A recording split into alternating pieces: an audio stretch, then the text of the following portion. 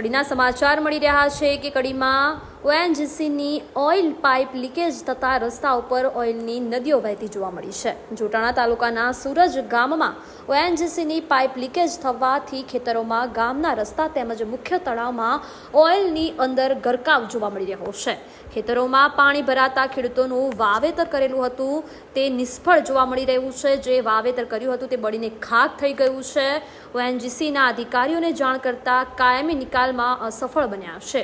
ત્યારે મુખ્ય તળાવમાં ઓઇલ આવવાથી પશુ પક્ષીઓને પાણી પીવામાં પણ મુશ્કેલીઓ બની રહી છે। આ સમસ્યાનો કાયમી નિકાલ નહીં આવે તો અમે ઉગ્ર આંદોલન કરવાની ચીમકી પણ ઉચ્ચારવામાં આવી છે। જ્યારે ઓએનજીસીના અધિકારીઓ સામે ગ્રામજનોનો રોષ પણ જોવા મળી રહ્યો છે।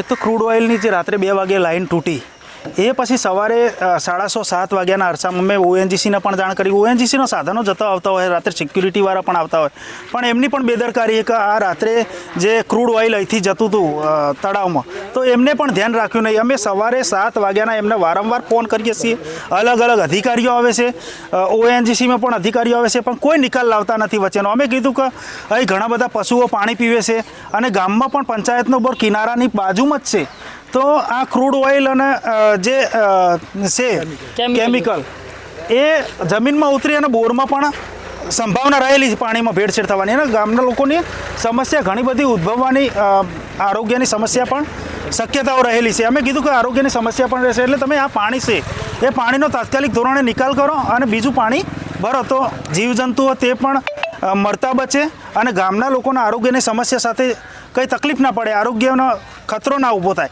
એ માટે અમે સવારના કહીએ છીએ, પણ બેઠકોનો દોર કોઈ નિકાલ હજુ સુધી ઓએનજીસીના અધિકારીઓ દ્વારા લાવવામાં આવ્યો નથી। અમે 2 દિવસમાં જો આ કોઈ કાર્યક્રમમાં વ્યવસ્થા અમારી આ માગણી એ ઓએનજીસી પૂરી નહીં કરે તો સૂરજમાં જેટલા પણ વેલ છે ઓએનજીસીના એ તાત્કાલિક ધોરણે બેરિકેડ કરીશું અને અમારો નિકાલ નહીં આવે તો અમે આંદોલન પણ કરીશું।